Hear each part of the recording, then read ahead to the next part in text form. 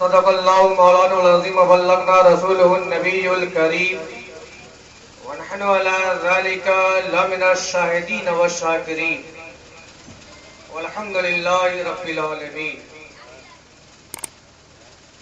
آئیے سب سے پہلے ہم اور آپ مل کر اپنے آقا و مولا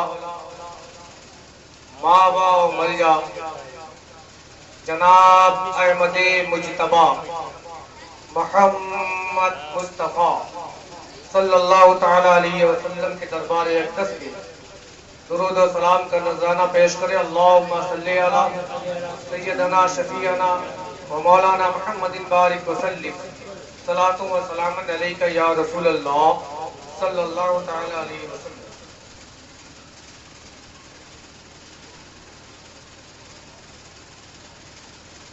یہ دوسرا عظیم الشان پروگرام جشن معرفت و شریعت طریقت کانفرنس بنام فرزند مخدوم سمنا اولاد علی صوفی باصفا قلندر زماں حضرت الشاہ سید ہلال اشرف الگیلانی رحمت اللہ علیہ کی یاد میں منایا جا رہا ہے۔ اس پروگرام کی سرپرستی اور صدارت اولاد نبی اولاد علی عامل بعمل شہزادہ اکبر حضور ہلال ملت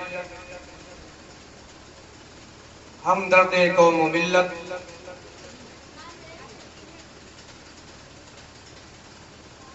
فقر ناگپور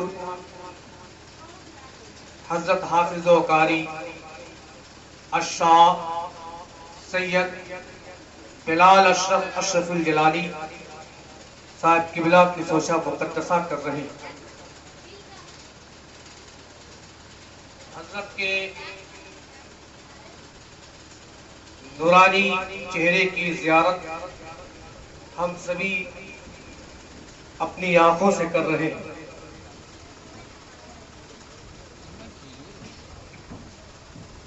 یہ پروگرام ابھی تک بہت ہی شاندار اور جاندار طریقے سے چل رہا ہے، اور آپ سبھی کا سننے کا طریقہ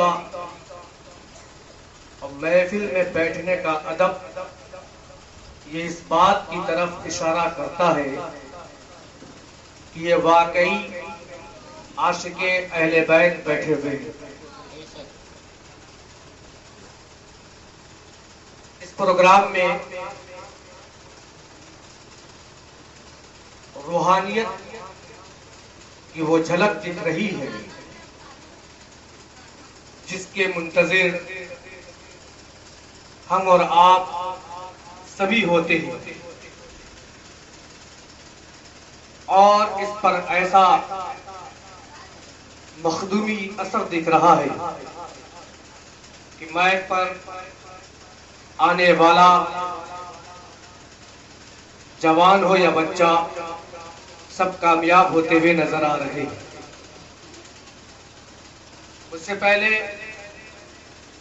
آپ نے بہت ہی جاندار تقریر مقرر اہل سنت حضرت مولانا اظہر القادری صاحب سے سنی، اور اس کے بعد نعت و منقبت کا سلسلہ جاری ہوا، جس میں پیش مفکر ملت حضرت مولانا اظہار حسین چشتی صاحب و مولانا نور عالم صاحب کی نعت و منقبت رہی، اور جس ذات کا یہاں پر انتخاب کیا گیا، یعنی جس کی یاد میں یہ پروگرام رکھا گیا ہے، اس ذات پر بڑی دلکش منقبت محترم فقر حسنین صاحب نے پیش کی۔ یہ جو مولانا حسنین صاحب کے شہزادے ہیں اور ان کے ساتھ کئی پروگرام ہوئے، بڑی جاندار یہ منقبت اس لڑکے نے پیش کی۔ اللہ اسے سلامت رکھے، ہم سب کو سلامت رکھے، اور دین کا کام بغیر کسی پریشانی کے کرنے کی توفیق عطا فرمائے۔ اور یہ اتنا بڑا اہتمام یہ ہوا،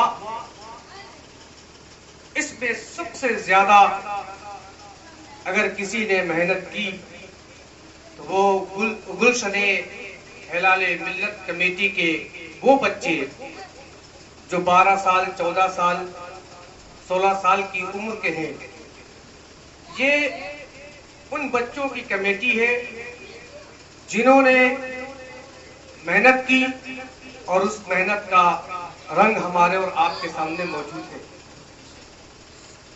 اس کمیٹی کے بچوں کے پورے نام تو مجھے نہیں یاد ہے، اس لیے میں صرف کمیٹی کا ہی ذکر کر رہا ہوں کہ یہ بچے جن کے سر پر آپ سفید کلر کا امامہ دیکھ رہے ہیں، اور ایک آدھ بچوں نے اشرفی رنگ کا بھی امامہ باندھا ہوا ہے، یہ سارے بچے اس کمیٹی کے ہیں، اور سب نے اپنے اپنے طریقے سے اس پروگرام کو آگے بڑھانے کے لیے پوری کوشش کی، اور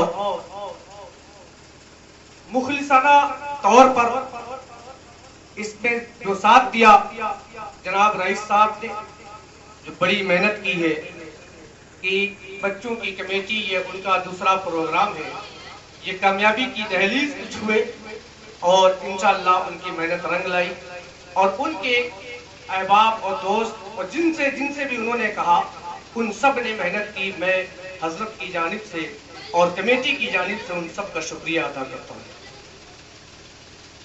یہ پروگرام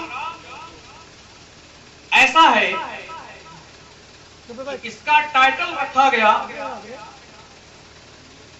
معرفت و شریعت اور طریقت۔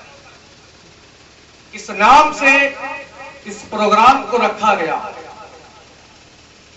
وجہ اس کی صاف ہے، کیونکہ اسی کے نیچے لکھا گیا بیادگار صوفی باصفا۔ اسی میں سوال تھا، اسی میں جواب بھی ہے، کیونکہ یہ جو ٹائٹل معرفت شریعت طریقت جو رکھا گیا، یہ کئی ہزار پروگرام میں کسی ایک پروگرام کا ٹائٹل ہوگا۔ اس کیوں رکھا گیا؟ کیونکہ اسی کے نیچے ہے صوفی باصفا حضور ہلال ملت۔ ہلال ملت کی ذات وہ ذات ہے کہ جس کو دیکھنے کے بعد دل یہ کرتا تھا کہ یہ ہنستا ہوا چہرہ سدا مسکراتا رہے، ہم بیٹھے دیکھتے رہے۔ ہلال ملت حضور ہلال میاں علیہ رحمہ کا مسئلہ یہ تھا، اس مزاج کے وہ تھے، اتنے سادہ مزاج وہ تھے کہ ان کے پاس کوئی بھی آتا تھا، چاہے وہ امیر ہو، چاہے وہ غریب ہو، چاہے وہ اپنا ہو، چاہے وہ بیگانہ ہو، چاہے کلمہ پڑھنے والا ہو یا اس کی برائی کرنے والا ہو، کوئی بھی ان کے پاس پہنچتا تو وہ اس سے اسی طرح سے کلام کرتے جیسے کہ لگتا تھا کہ برسوں سے یہ اسے جانتے ہیں، برسوں سے یہ اسے پہچانتے ہیں، اور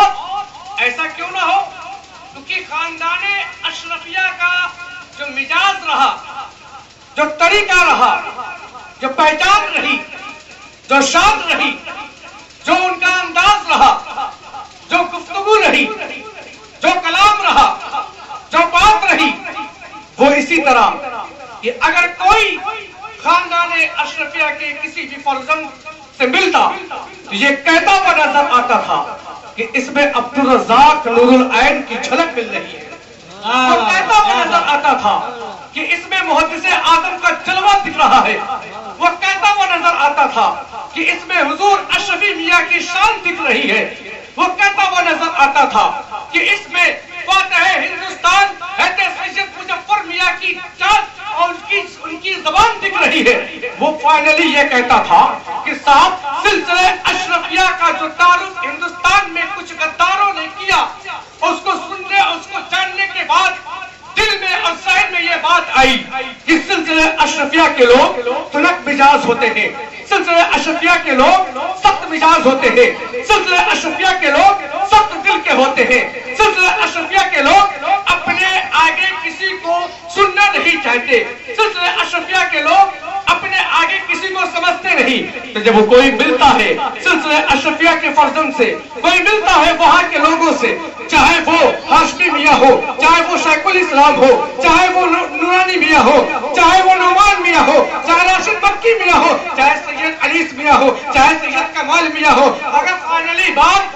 اگر کوئی ملتا ہے حضور بلال ملت سے تو وہ یہ کہتا ہوا نظر آتا ہے کہ یہ نرمی اس لیے ہے کہ جب ان کے چار مخدوم سمنا کی تاریخ اٹھائی جاتی ہے تو ملتا یہی ہے کہ مخدوم کی ذات وہ ذات ہے کہ جب کوئی آئے تو مسکرا دیتے تھے، وہ اسلام قبول کر لیا کرتے.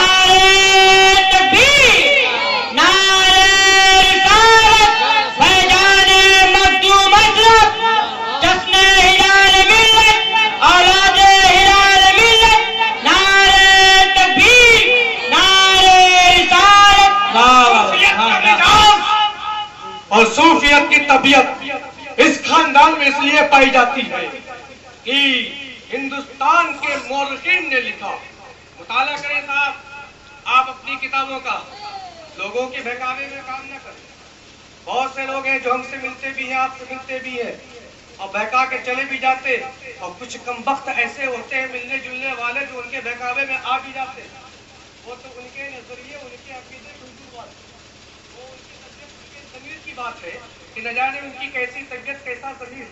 تاریخ لکھنے والوں نے لکھا کہ اگر میدان تصوف کی بات کی جائے تو پورے میدان تصوف میں ہندوستان کی سرزمین پر اگر کسی ولی کا پہلا نمبر ہوگا وہ مخدوم سمنا کا نمبر ہوگا. تاریخ لکھنے والوں نے تاریخ لکھی ہے کہ کون مخدوم، وہ مخدوم جس کے بارے میں مولانا عبدالرحمان رودولوی نے لکھا کہ صاحب سنو کہ مخدوم پاک کی وہ ذات ہے کہ جب مجھے جناب خضر سے ملاقات کرنے کا شوق پیدا ہوتا ہے. یہ مولانا عبدالرحمان رودولوی لکھ رہے کہ جب مجھے جناب خضر علیہ السلام سے ملاقات کرنے کا شوق پیدا ہوتا ہے تو میں مخدوم کے آستانے پر چلا جاتا ہوں، میں مخدوم کے دربار میں چلا جاتا ہوں، میں مخدوم کی بارگاہ میں چلا جاتا ہوں. مولانا عبدالرحمان رودولوی سے پوچھا گیا کہ صاحب آپ بڑے اطمینان کے ساتھ اس بات کو لکھ بھی رہے، کہہ بھی رہے کہ جب جناب خضر سے ملاقات کا شوق ہوتا ہے تو آپ مخدوم کی بارگاہ میں جاتے ہیں. کیا آپ نے ایسا لکھا بھی ہے؟ جو آپ نے لکھا ہے تو کیا واقعی میں آپ کی ملاقات ہوئی بھی ہے، یا آپ ایک ولی سمجھ کر کے مبالغہ کر بیٹھے، یا ایک بڑے ولی کا نام آتا ہے مخدوم پاک کی لسٹ میں، کہیں ایسا تو نہیں کہ اس وجہ سے آپ نے کہہ دیا؟ تو عبدالرحمان رودولوی اپنے ساتھ کچھ لوگوں کو لیتے ہیں اور پہنچ جاتے ہیں مخدوم پاک کی بارگاہ میں. جب مخدوم پاک کی بارگاہ میں پہنچے تو ایک شخص سے ملاقات ہوتی ہے جس کا چہرہ حسین ہے، جس کا چہرہ نورانی ہے، جس کی چال اچھی ہے، جس کا لباس اچھا ہے، جس کا رنگ اچھا ہے، جس کی نظر کا تیور الگ ہے، جس کا مزاج الگ ہے، جس کی بات الگ ہے، گفتار الگ ہے، گفتگو الگ ہے، تکلم الگ ہے، کلام الگ ہے. پوچھا گیا کہ صاحب عبد الرحمان ندولوی یہ کون ہے جس سے آپ مسکرا کر کے بات کر رہے ہیں؟ تو عبد الرحمان ندولوی نے کہا کہ پورے مجمع میں جس کی شکل سب سے الگ دکھ رہی ہے اسی کو جناب خضر کہا جاتا ہے. سبحان اللہ سبحان. عبد الرحمان ندولوی نے لکھا تھا ہم لوگ اہل سنت والجماعت کے اور سنی لوگ ہیں جو لکھتے ہیں وہ کر کے دکھا بھی دیتے ہیں کیونکہ لکھتے بھی وہی ہے جو پہلے لکھتا ہوں. اب آپ سنیں کہ شریعت کیا ہے اور طریقت کیا ہے, آخر مسئلہ کیا ہے. تو دونوں کا مسئلہ الگ ہے. اور کچھ لوگ تو ایسے کہتے ہیں شریعت طریقت والے کے ساتھ میں تو طریقت والا ہوں, ہمارے اوپر نماز بھی معاف ہے, روزہ بھی معاف ہے اور نیک کام بھی معاف ہے, ہم گھر میں بیٹھتے ہیں آنکھ بند کرتے ہیں تو مدینہ میں نماز پڑھتے ہیں. کچھ طریقت والے ایسے بھی ملتے ہیں.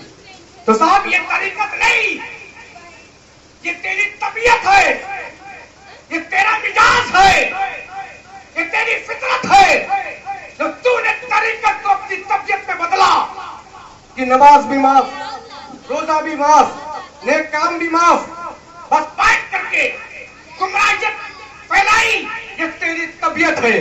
تو پوچھا گیا تو پھر شریعت کیا ہے, طریقت کیا ہے؟ تو جواب ملتا ہے کہ سنو, اگر چھت پر جانا ہے تو اس کے لیے پہلے سیڑھی کی ضرورت ہوتی ہے جس سے ہم اور آپ اپنی زبان میں زینا بولتے ہیں کہ اگر زینا نہیں ہوگا تو چھت پر جانا محال ہے. تو لکھنے والوں نے لکھا کہ شریعت زینا ہے, شریعت زینا ہے, طریقت چھت ہے. تو پھر آگے کیا کہا کہ پھر چھت کے بعد جو نظر آئے اسی کو حقیقت کہا جاتا ہے, اور حقیقت تجھے تب دکھے گی جب تیرا دل اور تیری نظر صاف ہوگی. واہ واہ واہ سبحان اللہ سبحان. تیری نظر صاف ہوگی. اتنا یاد رکھو کہ جس نے شریعت پر عمل کیا وہ طریقت تک پہنچا, اور جب طریقت تک پہنچ گیا تو اب جب حقیقت کی باری آئی وہ دیکھتا جا رہا ہے. اگر اس کا دل, اس کی نظر صاف ہے دیکھتا جائے گا, وہ جتنا دیکھتا جائے گا اتنا خاموش ہوتا جائے گا, اتنا خاموش ہوتا جائے گا, جتنا دیکھتا جائے گا اتنا خاموش ہوتا جائے گا. نتیجہ کیا ہوگا, کوئی اسے گالی دے گا, نتیجہ کیا ہوگا کوئی اس کے خلاف سازش کرے گا, نتیجہ کیا ہوگا کوئی اس کی برائی کرے گا, نتیجہ کیا ہوگا کوئی اس کی خلافت کی بات کرے گا, نتیجہ کیا ہوگا کوئی اس کی مریدی کی بات کرے گا, نتیجہ کیا ہوگا کوئی اس کے پیر کی بات کرے گا, نتیجہ کیا ہوگا کوئی اس کے اچھے کاموں کو برے کاموں میں بدلنے کی کوشش کرے گا, نتیجہ کیا ہوگا کہ اس کے خلاف ایک مہم چلا دی جائے گی. مگر جو حقیقت کو تھوڑا تھوڑا بھی سمجھنے لگے گا وہ تیری مہم کے باوجود بھی خاموش بیٹھا رہے گا. جب وہ خاموش ہوگا تو ایسے خاموش ہونے والوں پر ہی مخدوم سنہ کا کرم ہوتا ہے, اور جس پر مخدوم کا کرم ہوگا اسے تیرے فتنے کی پرواہ نہیں ہوتی, اسے اگر پرواہ ہوتی ہے تو مخدوم کے کرم کی پرواہ ہوتی ہے. واہ واہ واہ سبحان اللہ سبحان سبحان اللہ سبحان. پھر مخدوم کے کرم کی پرواہ ہوتی ہے. مخدوم پاک کی ذات سنیں گے صاحب, یہ تو ہم لوگ چھوٹے چھوٹے مولانا مولوی لوگ ہیں. مخدوم پاک کا تو مسئلہ یہ رہا کہ مخدوم پاک یہ 8ویں صدی میں آئے, 7ویں صدی کا آخری حصہ اور 8ویں صدی کا شروعاتی حصہ, یہ مخدوم پاک کی پیدائش کا مسئلہ ہے. مورخین نے 8ویں صدی ہی لکھ دیا, جبکہ ایک تاریخ ملتی ہے کہ 7ویں صدی ختم ہونے کو تھی, 8ویں صدی شروع ہونے کو تھی کہ حضور مخدوم پاک تشریف لائے. مورخین نے 8ویں صدی لکھا. اب یہ سنیں صاحب, مخدوم پاک کی 6 پشت ایسی گزری ہے, ایسی مطلب مخدوم پاک کے باپ دادا پردادا یہ 6 پشتیں ایسی گزری کہ حضور مخدوم پاک کی ان 6 پشتوں میں ہر کوئی عالم تھا, ہر کوئی فاضل تھا, ہر کوئی محدث تھا, ہر کوئی جو مفسر تھا, ہر کوئی قرآن کی تفسیر بیان کرنے والا تھا.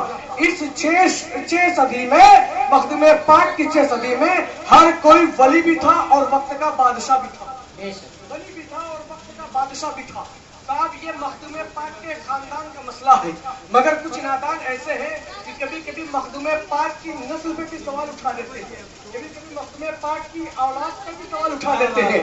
یہ وہ لوگ ہیں جو چلنے والے لوگ ہیں۔ صاحب میں کہہ رہا تھا کہ ہم ایک چھوٹے چھوٹے مولوی لوگ ہیں، حضور مخدوم پاک پر بھی کچھ گندے ذہن کے مولویوں نے فتویٰ لگانے کے لیے سوچ لیا۔ حضور مخدوم پاک کی ذات پر کچھ لوگوں نے فتویٰ لگانے کے لیے سوچا۔ کیسے؟ جب حضور مخدوم پاک اہتے جانیہ جہاں گشت اہتے سیدنا سید جلال الدین بخاری رحمت اللہ علیہ کی خدمت پہ تقریباً 12 سال رہنے کے بعد ان کے حکم کے مطابق پنڈوا شریف اہتے علاؤ الحق پنڈوی رحمت اللہ علیہ کی بارگاہ میں پہنچے۔ وہاں سے فیوز و برکات حاصل کرنے کے بعد جب آپ کی چوچا مقدسہ کے لیے واپس آئے، سفر میں نکلے تو راستے میں ایک شہر پڑا اعظم گڑھ، اور اعظم گڑھ میں ایک قصبہ ہے محمد آباد، محمد آباد یعنی محمد آباد، آج بھی ایک قصبہ ہے، اس کا یہی نام ہے۔ حضور مخدوم سمنا جہاں پر رکتے ایک جنگل میں جا کے بیٹھ گئے۔ بستی والوں کو معلوم ہوا کہ مخدوم پاک تشریف لائے ہیں، تو بستی پوری آئی، وہاں کے علماء بھی آئے، حضور مخدوم پاک کے پاس بیٹھے۔ بیٹھنے کے بعد تصوف کا مضمون چھیڑا گیا، تصوف کی بحث چھیڑی گئی۔ تصوف میں کیا؟ یہی شریعت ہے، یہی معرفت ہے، یہی طریقت ہے، اس کی بات چھیڑی گئی۔ تو میرے مخدوم پاک نے ایک تصوف پر اتنا اچھا کلام کیا، اتنی اچھی تقریر کی کہ بیٹھے ہوئے تمام علماء بڑے خوش ہوئے، عوام خوش ہوئی۔ لوگ یہ کہہ کر کے اٹھے کہ مخدوم تیری شان کیا ہے، مخدوم تیری ذات کیا ہے، مخدوم تیری بات کیا ہے، مخدوم تم نے جو کلام کیا ہے، مخدوم جو تم نے تقریر کی ہے، اس تقریر کا کوئی جواب نہیں ہے۔ آج تک تصوف پر اتنی اچھی بات ہم لوگوں نے کسی سے نہیں جانی، آج تک تصوف پر اتنا اچھا کلام ہم لوگوں نے کسی سے نہیں سنا، ہر کوئی تعریف کرتا ہوا نظر آ رہا ہے۔ مخدوم پاک نے کہا کہ اے تعریف کرنے والوں، میں نے صرف تقریر کی ہے، میں صرف تقریر نہیں کرتا بلکہ میں لکھتا بھی ہوں۔ تصوف پر میں نے ایک کتاب لکھی ہے، اس کتاب کا مطالعہ کرنا۔ تو لوگوں نے کہا کہ حضور مخدوم پاک تصوف کی کتاب جو آپ نے لکھی ہے وہ کہاں ہے، اسے ہم پڑھنا چاہتے ہیں، دیکھنا چاہتے ہیں۔ حضور مخدوم پاک نے اپنے مرید کو حکم دیا، تصوف کی کتاب، وہ کتاب جسے مخدوم پاک نے لکھی، پیش کی گئی۔ تمام علماء اس علاقے کے جو ابھی تک حمایت میں لگے ہوئے تھے، جو ابھی تک بات میں لگے ہوئے تھے، جو ابھی تک مخدوم پاک کا نعرہ لگا رہے تھے، جب کتاب سامنے رکھی گئی تو وہ تمام علماء اس کو پڑھنا شروع کرتے ہیں۔ پڑھتے گئے۔ مخدوم پاک نے اپنی کتاب کا آغاز کچھ یوں کیا تھا کہ سب سے پہلے مصطفیٰ جان رحمت کی بات کی تھی، مصطفیٰ کے بعد 4 یار کا ذکر کیا تھا۔ مخدوم پاک نے سب سے پہلے 4 یار کا ذکر کیا تھا۔ ان 4 یار کا طریقہ کیا رکھا کہ سب سے پہلے ذکر ابو بکر صدیق کا کیا، اس کے بعد ذکر عمر فاروق اعظم کا کیا، اس کے بعد ذکر عثمان غنی کا کیا، پھر ذکر مولا علی کیا۔ جو اہل سنت والجماعت کا جو موقف ہے، اسی موقف پر حضور مخدوم پاک نے اپنی کتاب میں خلفائے راشدین کا ذکر کیا۔ یہ علماء پڑھتے چلے گئے۔ سب سے پہلے ابو بکر صدیق کی شان کو پڑھا۔ کون صدیق؟ وہی صدیق جو سفر میں، حجر میں، قیام میں، رکوع میں ہر جگہ مصطفیٰ جان رحمت کے ساتھ رہے۔ کون صدیق؟ وہ صدیق جنہوں نے مصطفیٰ کے لیے قربانیاں دی۔ کون صدیق؟ وہ صدیق جو خلیفہ اول چنے گئے۔ کون صدیق؟ وہ صدیق جب مصطفیٰ جان رحمت کے ساتھ۔ ابھی مولانا سبیل سے ایک کلام پیش کیا تھا غارِ ثور کے بارے میں۔ وہ اس کا مطلب کیا تھا کہ کون صدیق اکبر؟ وہ صدیق کہ جب مصطفیٰ جان رحمت مکہ سے مدینہ ہجرت کے لیے نکلے تو ساتھ میں کسی کو نہیں لیا، اگر ساتھ میں کسی کو لیا تو ایک دبلے پتلے زیادہ عمر کے صدیق اکبر کو ساتھ میں لیا۔ صدیق ہے کہ مصطفیٰ کی ذات ہے، صدیق ہے کہ مصطفیٰ کا قدم ہے، صدیق ہے کہ مصطفیٰ کی بات ہے، صدیق ہے کہ مصطفیٰ کی شان ہے۔ مصطفیٰ آگے آگے، غلام صدیق مصطفیٰ کے پیچھے پیچھے جا رہے ہیں، چل رہے ہیں۔ غارِ ثور کے قریب جب پہنچتے ہیں، مصطفیٰ جان رحمت نے کہا کہ اے صدیق آرام بھی کرنا ہے تو غار ثور کی طرف مصطفیٰ جان رحمت بڑھتے ہیں. تو صدیق اکبر نے جو سچے غلام ہیں، عقیدت کے غلام ہیں، محبت کرنے والے ہیں، انہوں نے کہا کہ اے مصطفیٰ جان رحمت، اے جانے جانا، اے میرے آقا، اے میرے سیدی، اے میرے مولائی، ذرا آپ ٹھہر جائیں، ذرا آپ رک جائیں. مصطفیٰ رک جاتے ہیں. رکنے کے بعد صدیق سے کہتے ہیں اے صدیق تم نے مجھے روکا کیوں ہے؟ اے صدیق غار ثور کے اندر ہی تو جانا ہے، اس پہ روکنے کی ضرورت کیا تھی؟ اس پہ روکنے کا معاملہ کیا تھا؟ صدیق اکبر مسکرا کر کے کہتے ہیں کہ اے میرے مصطفیٰ جان رحمت، اے میرے آقا، اے میرے سرکار، آپ کیا نہیں دیکھ رہے کہ اس غار کے اندر بہت ہی کوڑا ہے، اس غار کے اندر بہت ہی جالا لگا ہوا ہے، اس غار کے اندر بہت ہی گندگی ہے. مجھے اس بات کا خدشہ ہے کہ کہیں کوئی چیز آپ کو اندر تکلیف نہ پہنچا دے، لہذا پہلے آپ کا غلام جائے گا، پھر آپ غار کے اندر داخل ہوں گے. مصطفیٰ نے کہا کہ اندر جا کر کے کرو گے کیا؟ صدیق مسکرا کر کے جواب دے رہے ہیں کہ مصطفیٰ جان رحمت، میں اندر اس لیے جاؤں گا کہ پہلے غار کی صفائی کروں گا. صدیق اکبر غار کے اندر گھس جاتے ہیں. یہ واقعہ کئی بار آپ نے سنا، مگر منقبت میں یہ مصرع آیا، اس لیے میں اس کی تشریح کیے دیتا ہوں تاکہ آپ لوگوں کے ذہن میں غار ثور ایک مجسمہ بن کر کے نہ رہ جائے. صدیق اکبر آگے بڑھتے ہیں. صدیق اکبر نے غار کی صفائی کی ہے، پھر دیکھا کیا ہے کہ غار ثور کے اندر تمام چھید موجود ہیں. صدیق اکبر نے اپنے کپڑے کو پھاڑ پھاڑ کر چھید کے اندر لگانا شروع کر دیا. ایک چھید بچتا ہے کہ ملکی صدیق کے پاس کپڑا بھی ختم ہو جاتا ہے. اس چھید کو صدیق دیکھ رہے ہیں، پھر دیکھ رہے ہیں کہ اب کپڑا بھی نہیں ہے، اس چھید کو کیسے بند کیا جائے. صدیق اکبر نے اس پر اپنا پیر رکھ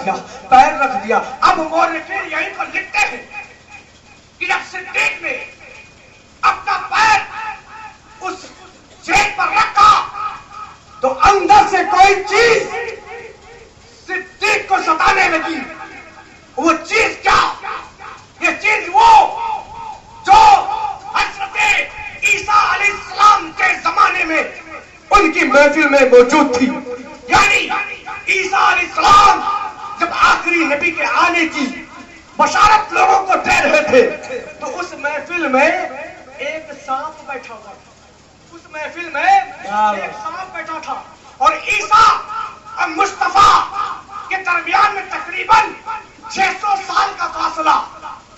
عیسیٰ اور مصطفیٰ کے درمیان میں تقریباً 600 سال کا فاصلہ. اس سانپ نے کہا تھا کہ اے عیسیٰ علیہ السلام، جس نبی کے آنے کی آپ بات کر رہے ہیں وہ نبی ہمیں کہاں ملے گا؟ وہ نبی ہمیں کہاں ملے گا؟ عیسیٰ علیہ السلام نے کہا یہ تو نہیں بتا سکتا کہ نبی کہاں ملے گا، مگر اتنا ضرور بتا سکتا ہوں کہ جب وہ ہجرت کرے گا تو غار ثور میں آرام کرے گا. جب وہ ہجرت کرے گا تو غار ثور میں آرام کرے گا. تبھی وہ سانپ وہاں سے چلا اور غار ثور میں آ کر کے بیٹھ گیا. اب صدیق نے اس پر اپنا قدم رکھ دیا. وہ سانپ صدیق کو ڈسنا شروع کرتا ہے، مگر صدیق وہ سچے عاشق مصطفیٰ کو چاہنے والے کہ ڈس رہا ہے. صدیق کا رنگ بدل رہا ہے، ڈس رہا ہے. صدیق کی آنکھ کی چمک بدل رہی ہے، ڈس رہا ہے. صدیق کا تیور بدل رہا ہے، ڈس رہا ہے. صدیق کو پسینہ نکل رہا ہے. میرے مصطفیٰ نے جب صدیق کا حال دیکھا تو مسکرا کر کے پوچھتے ہیں کہ اے صدیق تم بے چین کیوں ہو؟ تو صدیق اکبر کہتے ہیں کہ اے رسول اللہ، جس پر میں نے پیر رکھا ہے اس کے نیچے سانپ ہے جو مجھے ڈس رہا ہے. تاریخ لکھنے والوں نے لکھا کہ وہ سانپ یہ کہنا چاہتا تھا کہ اے صدیق 600 سال سے مصطفیٰ کا انتظار کر رہا ہوں، اب جب گاڑی آئی ہے تو مجھے دیکھنے دو. اور تاریخ والوں نے جواب لکھا کہ صدیق نے پیر سے ہٹا کر کے جواب دیا کہ سوچ تو اگر 600 سال سے مصطفیٰ کا انتظار کر رہا ہے تو میں مصطفیٰ کا وہ دیوانہ ہوں کہ مروں گا بھی مصطفیٰ کے نام پر، جیوں گا بھی مصطفیٰ کے نام پر. واہ واہ واہ، سبحان اللہ سبحان اللہ. نعرے تکبیر، نعرے رسالت، جشن ہلال ملت، اولاد ہلال ملت، نعرے تکبیر، نعرے رسالت. واہ واہ واہ، سبحان اللہ سبحان اللہ. حضور مخدوم پاک نے ان 4 صحابیوں کا اپنی کتاب میں ذکر کیا. وہ مولانا لوگ جب پڑھنا شروع کیے تو صدیق اکبر کا ذکر پڑھ لیا، کوئی بات نہیں، خاموش رہے۔ عمر فاروق اعظم کا ذکر پڑھ لیا، خاموش رہے۔ عثمان غنی کا ذکر پڑھا، خاموش رہے۔ مگر جب مولا علی کا ذکر پڑھا تو تھوڑا سا اختلاف ہو گیا۔ کیوں؟ کیونکہ مخدوم پاک نے مولا علی کا ذکر تھوڑا لمبا کر دیا۔ مولا علی کا ذکر مخدوم پاک نے تھوڑا سا لمبا کر دیا۔ اب ان کتار علماؤں نے اپنا تیور بدل لیا، اب کہہ دیا کہ لگتا ہے کہ مخدوم سمنا کی جو ذات ہے یہ رافضی ہو گئی۔ اب بتائیں صاحب، ہم لوگ تو چھوٹے پیر ہیں، چھوٹے مولوی ہیں، نہ جانے کیسی کیسی باتیں ہوتی ہیں، یہاں مخدوم پاک کو نہیں چھوڑا جا رہا۔ جس کے در سے سنیت نکلتی ہے اسے رافضی یعنی شیعہ کہا جا رہا ہے۔ اب یہ سارے علماء واپس چلے گئے اور اپنی بستی میں جب گئے تو کہا کہ ایک استفتاء لکھو، اور استفتاء لکھنے کے بعد جمعہ کو مسجد میں مخدوم سے سوال و جواب ہوگا۔ اگر مخدوم ہم لوگوں کی بات مانیں گے تو ٹھیک، ورنہ ان پر رافضیت کا فتویٰ ٹھوکا جائے گا۔ یہ بھیا پلان بن گیا۔ ایسے کم ظرف مولوی حضرات بھی ہیں، اللہ ایسے مولویوں سے بچائے۔ یہ مشن تیار کہ اگلی شب گزرنے کے بعد جو دن ہوگا وہ جمعہ کا، اس میں مخدوم کی ذات پر رافضیت کا فتویٰ لگایا جائے گا۔ یہ بات مخدوم پاک تک پہنچ گئی، کیونکہ مخدوم پاک کا جو معاملہ تصوف کا تھا کہ جب مخدوم آنکھیں کھولتے تو عرش اعظم دیکھتے، جب وہ مخدوم آنکھیں بند کرتے تحت الثری دیکھتے، اور جب مخدوم کسی پر توجہ کرتے تو اس کا دل اور اس کا ارادہ بھی دیکھتے۔ مخدوم پاک اور ایسے ہی کچھ مخدوم کے غلاموں کا بھی حال ہے، مخالفت کرنے والے کرتے ضرور ہیں، خبر پہلے پہنچ جاتی، وہ اپنے مشن میں فیل ہو جاتے۔ مخدوم پاک تک خبر پہنچی، مخدوم مسکرائے، کیونکہ میرے مخدوم کی ایک صفت تھی، میرے مخدوم پان کا شوق بڑا رکھتے تھے، بڑا پان کھاتے تھے میرے مخدوم پاک، اور اتنا حسین چہرہ میرے مخدوم کا تھا کہ جب مخدوم پاک پان کھاتے تھے ان کا ہونٹ لال ہوتا تھا، اس لال ہونٹ کی وجہ سے ان کی داڑھی لال معلوم دیتی تھی، اور جب داڑھی لال معلوم دیتی تھی تو ان کے چہرے کا جمال اور بڑھ جاتا تھا۔ مسکرائے، مسکرانے کے بعد کہا ٹھیک ہے جمعہ آنے دو، جمعہ آنے دو، دیکھا جائے گا۔ جمعہ کا جب دن ہوا تو اتنی تیز بارش کا نزول ہوا کہ پوری بستی میں بارش ہی بارش، بارش بند ہونے کا نام نہیں لے رہی، اتنی بارش ہوئی تو فتویٰ لگانے والے جو مولوی تھے نا ان سب کے گھروں میں پانی گھس گیا۔ معاملہ یہاں تک پہنچا کہ جمعہ کی نماز میں وہ گروپ کا کوئی مولوی نماز پڑھنے کے لیے نہ آ سکا۔ بھیا ایک جمعہ ہو گیا، مولوی نے کہا اور مخالفین پارٹی کے لوگوں نے کہا کہ صاحب جمعہ تو بیت گیا، بارش بند نہیں بھی۔ ان لوگوں نے کہا کہ ہم لوگ کا ارادہ مضبوط ہے، مخدوم پہ فتویٰ ٹھوک کر رہیں گے، اگلا جمعہ آئے گا پھر ٹھوکا جائے گا۔ اگلا جمعہ آیا، حال پھر وہی کہ بارش پہ بارش، بارش پہ بارش، اتنی بارش کہ تمام مولویوں کے گھروں میں پھر پانی گھس گیا، مولوی پھر بیٹھے ہوئے، جمعہ پڑھنے کے لیے مسجد نہ جا سکے۔ پھر لوگوں نے کہا کہ صاحب اب کیا کرو گے؟ کہا کہ نہیں، ہم شیطان والے ہیں، ارادہ مضبوط ہے، ہم شیطان والے ارادہ مضبوط۔ تیسرا جمعہ پھر آئے گا نا بھائی، پھر مخدوم پہ فتویٰ ٹھوکیں گے۔ اب تیسرے جمعہ کا انتظار ہونے لگا، تیسرا جمعہ جب آیا تو پھر بارش چالو، اور جمعہ کے دن ہی پھر بارش ہوتی، پھر بارش چالو، پھر وہی رفتار، وہی انداز کہ سب کے گھروں میں پانی، کوئی مولوی مسجد بھی نہیں جا سکا۔ اب کیا ہوتا ہے، اس میں ایک بڑا سمجھدار آدمی تھا، تھوڑا سا نرم دل آدمی تھا، وہ نہیں چاہتا تھا کہ مخدوم پاک کے خلاف کوئی سازش کی جائے، ان پہ کوئی فتویٰ لگایا جائے، وہ چاہتا نہیں تھا، مگر اپنے گروپ والوں کی وجہ سے مجبور تھا۔ وہ رات میں جب سوتا ہے تو دیکھتا کیا ہے کہ اس کے خواب میں مصطفیٰ جان رحمت تشریف لائے، اور مصطفیٰ جان رحمت نے کہا کہ سوچ ان تمام لوگوں سے کہہ دو جو میرے مخدوم پر فتویٰ لگانے کی بات کر رہے ہیں، ان سے کہہ دو کہ ایک اولاد کو اپنے باپ کی تعریف میں پڑھ کر کے بولنے اور لکھنے کا حق ہوتا ہے۔ اگر میرے مخدوم نے علی کا ذکر، علی کا تذکرہ، علی کی بات زیادہ لکھ دی تو فرق کیا ہے؟ کیونکہ میرا علی وہ علی ہے کہ آدم کے زمانے میں بھی اگر کسی کو ولایت ملی تو علی کی وجہ سے ملی۔ نعرہ تکبیر، نعرہ رسالت، نعرہ حیدری، نعرہ حیدری، دست ہلال ملت، نعرہ تکبیر، نعرہ رسالت۔ واہ واہ۔ اور علی وہ علی ہے جو ابھی پیدا نہیں ہوا مگر آدم و نوح، ایوب، یعقوب، عیسیٰ، زکریا، دانیال، موسیٰ، ان سب کے زمانے میں بھی اگر کسی کو ولایت ملی تو علی کی وجہ سے بھی۔ یہ علی وہ ہے کہ ابھی پیدا نہیں ہوا مگر لوگوں کو ولی بنا رہا ہے۔ سبحان اللہ، سبحان اللہ۔ ابھی پیدا نہیں ہوا مگر لوگوں کو ولی بنا رہا ہے۔ کہا کہ جا کے کہہ دو کہ مخدوم کی بارگاہ میں پہنچ کر کے معافی طلبی کریں، ورنہ حال یہ ہوگا کہ زندگی بیت جائے گی، جمعہ نہیں پڑھ پائے گا۔ یہ رسول پاک نے خواب میں دکھایا۔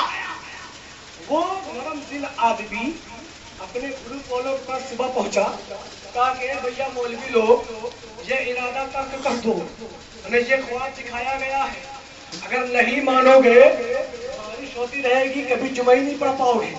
اور وہ انسان یہ کہنے کے بعد مخدوم پاک کی بارگاہ میں پہنچا اور کہا کہ حضور مخدوم پاک، میرے گروپ کے لوگوں نے جو سازش کی تھی میں اس کے خلاف ہو گیا ہوں، میں آپ کے دامن میں جگہ چاہتا ہوں، میں آپ کا مرید ہونا چاہتا ہوں۔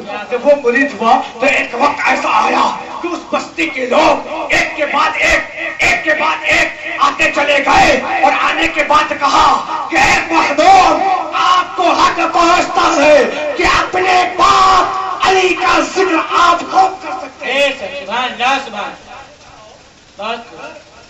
ابھی ہمیں اور مولانا آزاد اپنے اپنے باپوں کا ذکر کرنا ہو تو ہم کتنا بڑھ کر کے بولیں گے؟ جو چیز ہمارے باپ کے اندر نہیں پائی جائے گی نا، ہو سکتا ہے کہ پڑھائی کے لیے وہ بھی بول جائے۔ مخدوم پاک کا اگر کوئی باپ ہے تو مولا علی ہے، اسی لیے انہوں نے تعریف لکھی۔ آپ سنے صاحب، ایک آخری بات میں کرتا ہوں کہ حضور مخدوم پاک کی وہ شان ہے کہ اس کو قاضی ثناء اللہ پانی پتی لکھتے ہیں، اس کے بارے میں ایک روایت تحریر کرتے ہیں مخدوم پاک کے بارے میں کہ حضور مخدوم پاک ایک سلسلے سے 6 وسیلے سے نبی تک پہنچتے ہیں، اور ایک سلسلے سے ایک ہی وسیلے سے نبی تک پہنچتے ہیں، اور جدھر سے ایک وسیلے کے ذریعے مخدوم پاک نبی تک پہنچتے ہیں تو وہاں پر اس سلسلے کی طرف سے مخدوم پاک کا شمار تابعین میں کیا جاتا ہے، مخدوم پاک کا شمار تابعین میں کیا جاتا ہے۔ اب سوال یہ ہو رہا ہے کہ صاحب مخدوم پاک تابعین ہوئے کیسے ہوئے؟ کیونکہ انتقال کے بعد اگر کسی نے کسی صحابی کو دیکھا تو پھر اس کو تابعی نہیں کہا جائے گا، کیونکہ انتقال کے بعد دیکھا۔ جب کسی کا انتقال ہو جاتا ہے تو پھر اس کے احکام بند کر دیے جاتے ہیں۔ مخدوم پاک تو پیدا ہو رہے ہیں 8ویں صدی میں، تو اب یہ تابعین کیسے ہوئے؟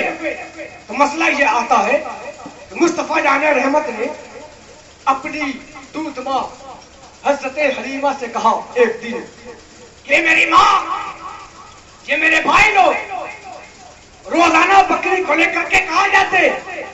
کہتے حلیمہ نے جواب دیا کہ بکریوں کو چرانے کے لیے جاتے۔ مصطفیٰ نے کہا میں بھی جاؤں گا۔ اب یہاں پر تصوف کی بات الگ ہو گئی تصور کی بات کیا ہو گئی کہ کچھ لوگوں نے لکھا کہ مصطفیٰ بکری چرانے کے لیے گئے تھے. کچھ لوگوں نے لکھا کہ مصطفیٰ بکری چرانے کے لیے گئے تھے. اور اہل عشق کہتے ہیں کہ مصطفیٰ بکری چرانے نہیں بلکہ بکریوں کو سنبھالنے گئے تھے. بکریوں کو سنبھالنے گئے تھے کیونکہ چرانا یہ نبیوں کی شان نہیں ہے, سنبھالنا یہ نبیوں کی شان ہے. اور اللہ نے ہر نبی کو بکری سنبھالنے کا ذمہ دیا اس لیے کہ بکریوں کو سنبھالو. یہ وہ جانور ہیں جو نرم دل کے ہیں, بے بول ہیں. کوئی ادھر جاتا ہے, کوئی ادھر جاتا ہے, کوئی کہیں جاتا ہے, کوئی کہیں جاتا ہے. انہیں سنبھالو تاکہ تمہاری پریکٹس ہو جائے, کیونکہ تمہیں اپنی امت کو سنبھالنا ہے. سنبھالنے کا کام کرتے ہیں, نبی چرانے کا کام نہیں کرتے. اب میں یہ نہیں کہتا کہ جن لوگوں نے چرانے کا ذکر کیا یا کہا ان کے آپ فتویٰ لگا دیں, وہ ان کا نظریہ ہے, یہ اہل عشق کا نظریہ ہے کہ نبی بکری چرانے نہیں بلکہ بکری کو سنبھالنے گئے. جب واپس ہوئے جنگل میں ایک نالا تھا, ایک نالا تھا, اور مصطفیٰ علیہ رحمت کے ہاتھ میں ایک لاٹھی تھی. اور مصطفیٰ کی عمر کتنی تھی؟ 4 سال. عمر کتنی؟ صرف 4 سال. ایک لاٹھی. اور اس نالے کے قریب جب مصطفیٰ علیہ رحمت پہنچے تو لاٹھی لے کر کے کھڑے ہو گئے, اور جو بکری لوگ تھی وہ چھلانگ لگا کر کے نالا پار کر دی. اب مصطفیٰ 4 سال کے کھڑے ہیں کہ ایک قافلہ ادھر سے گزرا. اس قافلے میں کئی لوگ, مگر ایک ساتھ جب اس کی نظر مصطفیٰ پر پڑی اور حسین و جمیل چہرہ جب دیکھا, ایسا چہرہ کہ جس کے نور سے پورا جنگل روشن, جب اس کو دیکھا تو وہ ساتھ رک جاتی ہے. رک کر کے مصطفیٰ کے پاس کہتی ہے, شہزادے آپ کو کوئی حاجت, آپ کو کوئی ضرورت؟ مصطفیٰ نے کہا یہ نالا ہے, ہماری بکریاں جو تھی چھلانگ لگا کر چلی گئی, میں رہ گیا, میں 4 سال کا ہوں, اسے پار کیسے کروں, یہی حاجت ہے. اس نے مصطفیٰ کو اٹھایا, اپنے کندھے پر بیٹھایا, پھر نالے میں اتر کر کے نالا کو پار کرا دیا. اور جب نالا پار ہو گیا اس نے اپنے کندھے سے اتارا تو ننھے سے ہے مصطفیٰ, 4 سال کے ہیں مصطفیٰ.